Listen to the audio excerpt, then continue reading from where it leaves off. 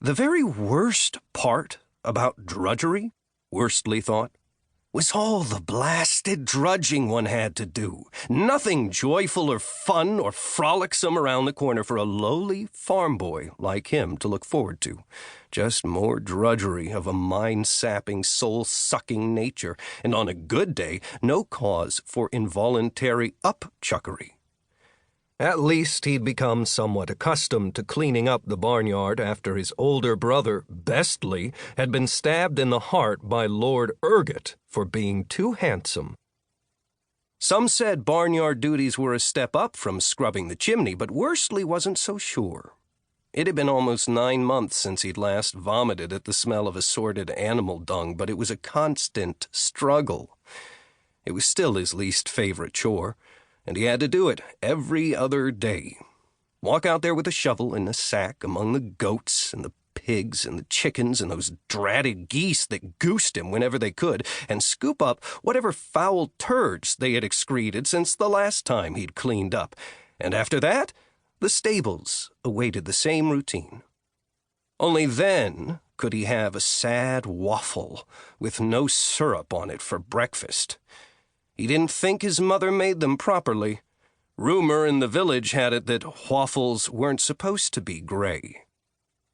Like most cheerless days in Borix, the sky was the color of his mother's waffles. Worstley sighed at the clouds, exasperated. "Would it kill you to let the sun shine through every once in a while?" he said. The demon geese honked at the sound of his voice and waddled his way, hissing, wings extended in a threat display. Worstley raised his shovel in front of him protectively. "Go on now! Shoo!" he said. As he fenced with their snapping beaks for a few seconds, he couldn't help muttering, "There's gotta be a better way to live than this." Had he been in a musical, he thought, right then would have been the perfect time to sing a sad song about his woeful lot in life, while emphasizing his eternal optimism and plucky heart. Although he'd been born in this very barnyard, right there by the bucket of lumpy slop, he'd always felt that he was meant for greater things, for some important purpose in the larger world. But there wasn't so much as a gap-toothed troubadour around to strike an obliging opening chord rhapsodizing about his shining future. Lord Urgot had hanged them all for singing a little ditty about his pokey short sword on his wedding day. The geese fended off, Worstley checked the position of the black billy goat that occasionally found it amusing to ram him from the blind side and bleat a laugh as he clutched his back and winced. So far the goat was staying still. Gus was his name, but he was watching Worstley carefully from the other side of the barnyard near the fence. Or at least Worstley thought Gus was watching him. It was hard to tell. The goat's eyes never seemed to point in the same direction. "Don't even think it, Gus," Worstley called. Gus bleated, lifted his tail, and ejected a fresh pile of pellets out his backside. "Oh, great! Why do people think animals are cute?" Worstley wondered aloud. "They're just nasty." "Ah, you got it easy, kid," a voice called from the fence to the right of the billy goat. Worstley's eyes slid in that direction and spied a diminutive form perched on a post. "Goats ain't nothing. You want a dangerous pile of poop? Wait until you get a loaded dragon dump. It's hot and sulphurous, and it'll burn the hairs right out of your nose." "Who are you?" Worstley asked. "Better yet, what are you?" "Come here, kid. We gotta talk." Keeping a wary eye out for attacks from geese and goat, Worstley drew closer to the fence to get a better look at the speaker. Whoever she was, she had a set of double wings like a dragonfly's branching from her back, thin and translucent and veined with iridescent colors. They were the most beautiful things Worstley had ever seen. But the owner of said wings wasn't precisely the image of a proper fairy.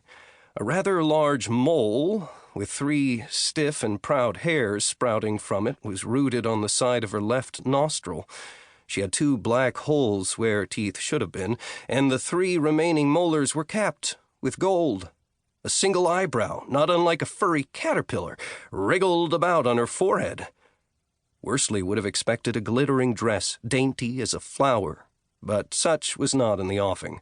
She wore a shirt that looked more like a used handkerchief, possibly swiped from someone with the plague. Her dull red pants ballooned over the thighs, with the right leg bunched at the knee, revealing one blue threadbare sock. Her left pants leg fell to her ankle, but that foot was sadly sockless. Dirt rimmed her toenails, and she radiated a powerful funk that might have been fungal in origin. In short, she resembled a fairy about as much as Worstley looked like a prince. "Are you all right?" Worstley said. "Of course I am. I mean, apart from it being too blasted early, I'm fine." She belched robustly. "Ah, that's better." Worstley blinked. "Right. It's just that you don't look like what? You'd better not say a fairy, kid," she said, pointing a warning finger at him. The finger appeared to have a booger affixed to the tip. "I'm a pixie.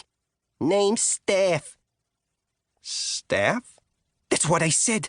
I'm here to change your life, so we should probably get on with it so I can do something more productive with my day than talking to some scrawny cheese hole." Worstley took a step back and looked around suspicious. He'd always dreamed of seeing a fairy, but never one that smelled quite so terrible. "Is this a joke? You can't be a pixie." Staff blanched and looked over her shoulder to make sure she still had wings. The motion made her wobble unsteadily on the fence post. "Wings are still there. I'm a pixie. What the fuck else would I be? A bogey?" She waggled her booger-tipped finger threateningly at him and cackled. "Are you drunk?" "Not as much as I'd like to be. Now look, kid, I'm here to tell you something important. The good news and the bad news is that you're the chosen one. You have a destiny, and I'm here to bless you with it. Or curse you, whatever. Anoint you, let's say.